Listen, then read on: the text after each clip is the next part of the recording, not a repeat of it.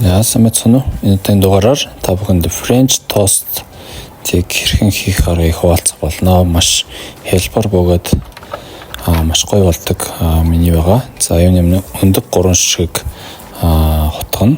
Дээрээс нь сүү 0.5 аяга хийгээд маш сайн хутгаад өгнө. Тэгээд дээрээс нь давус 2 чимэг хийгээд зүгийн бол 2 халбаг хийгээд сайн хутгачихна.